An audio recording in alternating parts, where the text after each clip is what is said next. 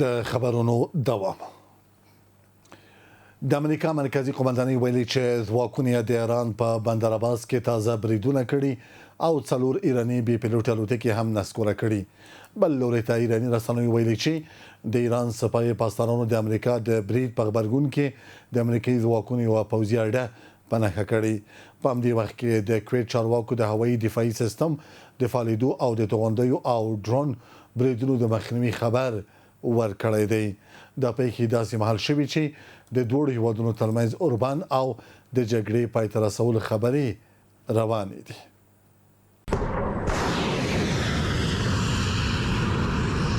د امریکا او ایران ترمنځ د ناندرو په دوام کې د امریکای مرکزی قومندانۍ ویلي ځواکونه په ایران کې تازه بریدونه کړي چې په ترڅ کې د بندر عباس په ساحلي ښار کې یو پوځي هدف په نښه شوی او 4 ایراني بریدګر ډرون یې هم نسکور کړي دي.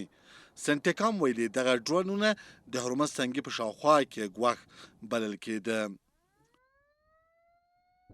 جنگ نشون داد که تنگه هرمز یک مسیری برای تهدید امنیت ملی جمهوری اسلامی ایران در آن فراهم کرد و لذا ایران به عنوان یک حاکمیت مستقل حق داره که صیانت کنه از امنیت ملیش و حاکمیت ملیش و اجازه نده که امنیت ملی و حاکمیت ملیش تهدید بشه و نقض بشه. لذا در دوره پیش رو جمهوری اسلامی ایران تدابیر رو اتخاذ خواهد کرد که با اتخاذ اون تدابیر و اجرای اون نسبت به صیانت از امنیت ملی و حاکمیت ملی مطمئن بشه و در این چارچوب با کشور ساحلی دیگر تنگه هرمز د ایراني رسنیو د راپور له مخې د بندر عباس ښار په ختیځه برخه کې د چاودنو غږونه اورېدل شوي او د ایران سپاه پاسدارانو په بندر عباس د امریکا د برید په غبرګون کې د امریکایي ځواکونو پوځي اډه په نښه شوې ده.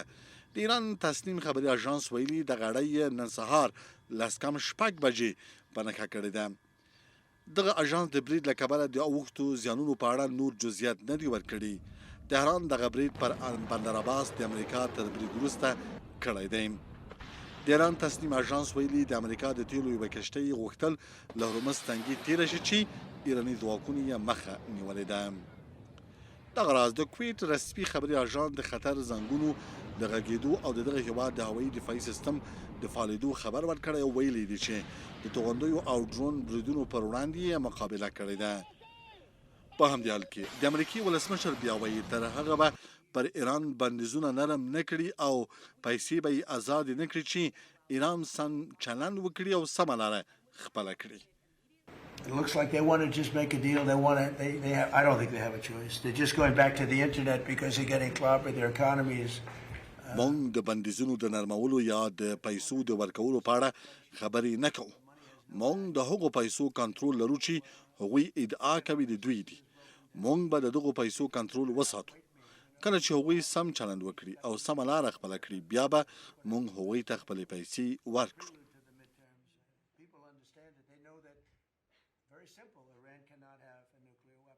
دا بریدونه داسې مهال شوي چې د امریکې او ایران ترمنځ یو نازک اوربند روان دی او د 3 میاشتنۍ جګړې د پای ته رسولو لپاره خبرې دوام لري. د بدخشان زیره د خپل ځانګړي بوی او خوند له امله توانېدله چې په ټول هیواد کې د مصرف کوونکو ترمنځ ځانګړی ځای ومومي. خو د بدخشان د دې بوټي یو شمېر پلورونکي وایي چې د تیر کال وچکالۍ له امله د زیرې حاصلات کم شوي او بازار یې هم د پخوا په پرتله سوړ شوی دی.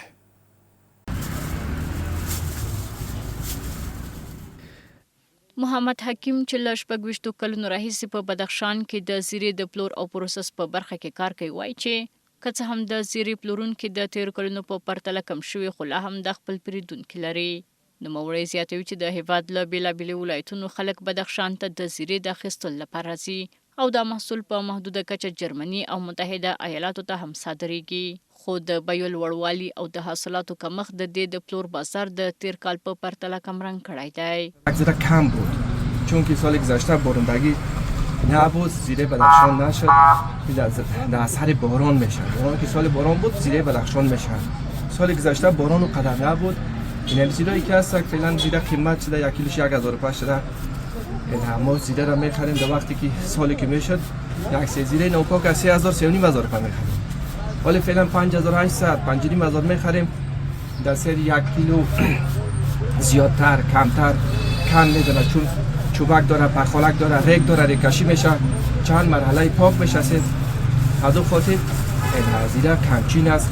د بدخشان د کرنې ریاست چارواکي وایي چې د کم باران له امله په 1404 هجري لمریز کال کې د زیرې حاصلات د 1403 کال په پرتله 6 ټنه کم شوي دي. تولیدات زیره دولت بدخشان البته در سال 1404 در حدود 12 تن است که نسبت به سال گذشته ارقام از پایین آمده که در سال گذشته در حدود 17 تن در ولایت بدخشان البته تولید شده و فروش رسانیده شده و دلیل کاهش هم البته موجودیت یخی سالیا، نبود باران ها که یک از عوامل اساسی کاهش سطح تولید میباشه دولت. له دې سربیره د بدخشان زیرې لا هم د خلکو په منځ کې خپل ځای ساتلی دی. د بدخشان اوسیدونکو د زیرې هټیو ته ورځي او د خوشبویه بوټی اخلي ترڅو خپل خواړه ډیر خوندور کړي. زیره بدخشان از مشهورترین زیره ها در افغانستان است. برای شما معلوم است که در غذاهای هوسانه در ولایت بدخشان و سایر ولایت ها مثل قابلی، مندو، شوروا در تمام غذاهای محلی استفاده میشه و این از شرایط خاص برخوردار است. هر کسی که از خارج از افغانستان و از ولایت همجوار بدخشان میآیند یکی از نیازهای اساسیشان که به شکل سوغات تحفه برای دوستاشون میبرند زیره بدخشان است. خرید زیره‌ای که در بدخشان بسیار مشهور است و در کل افغانستان و جهان زیره بدخشان نام دارد. آمدیم اینجا در دکان آمدی مقدار زیره خریدیم ببریم طرف ولایت خودمان. اینجا زیره با زیادتر ما مردم قدغن زمین زیادتر در پلو استفاده میکنیم. زیره خیلی خوشمزه میباشه. زیره از اینا مشهور هستند و از بدخشان زیره در کل جهان مشهور هستند. د بدخشان زیره چې تر ډیره په سیمه‌ییزو خوندورو خوړو کې کارول کیږي په ټول هیواد کې ډیر پیرودونکي لري. خو د زیرې د حاصلاتو کمښت د دې لامل شوی چې د هر کیلو زیرې باید 300 افغانیو ته لوړه شي. د بغلان ولایت په مرکز په لخمري ښار کې د پایې جوړونې فابریکې د هیواد له لویو هغو فابریکو څخه ده چې د برېښنا پایې جوړوي. د دې فابریکې مسؤل وایي چې د پایو تولید د تیر په پرتله زیات شوی دی. د بلخمري د پایې جوړونې فابریکې امیر ویلي چې په تیر کال کې 8000 د برېښنا پایې تولید کړي او اوس مهال د فابریکې په تولید په برخه کې 3000 نورې پایې هم تر جوړېدو لاندې دي. تیر کال د بغلان د ستنو یا پایې جوړولو په کارخونه کې 8000 د برېښنا ستنې تولید شوې. د بغلان ولایت په مرکز پلخمري کې د ستنې یا برقي پای جوړولو کارخونې تولیدات د تیر کال په پرتله زیات شوي دي. د پلخمري د پای جوړولو کارخونې مشر نقیب الله نظري وایي چې دوی په تیر کال کې 8000 د برق پای تولید کړي او اوس مهال د کارخونې د تولید په برخه کې 3000 نورې پای هم د جوړولو په حال کې دي.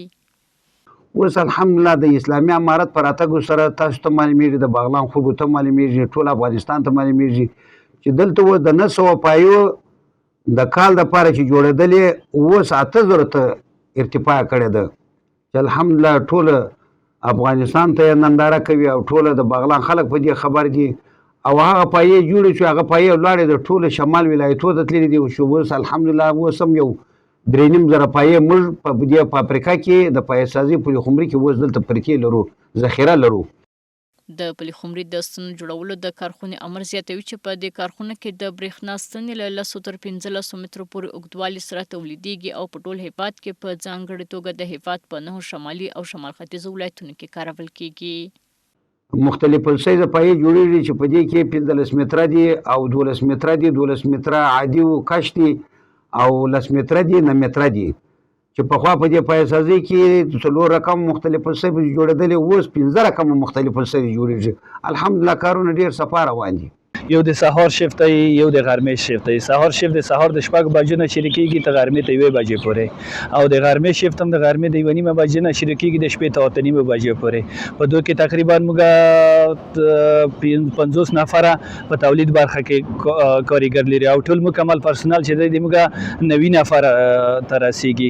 موږ په دغه دوه شفتو کې 10 پای تولید لري چې 15 پای تولید موږ لري.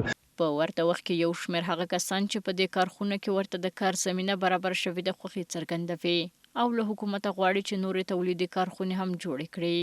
خوشاله یو خپل موټو سره خپل کارونه مخې ته وړو او خدای وکړي چې نور خلک هم دغسې آبادي جوړې شي او دغسې فابریکې جوړې شي او دغه غواړو چې موږ دغه تولید نور هم زیات شي او دغه وطن آباد شي.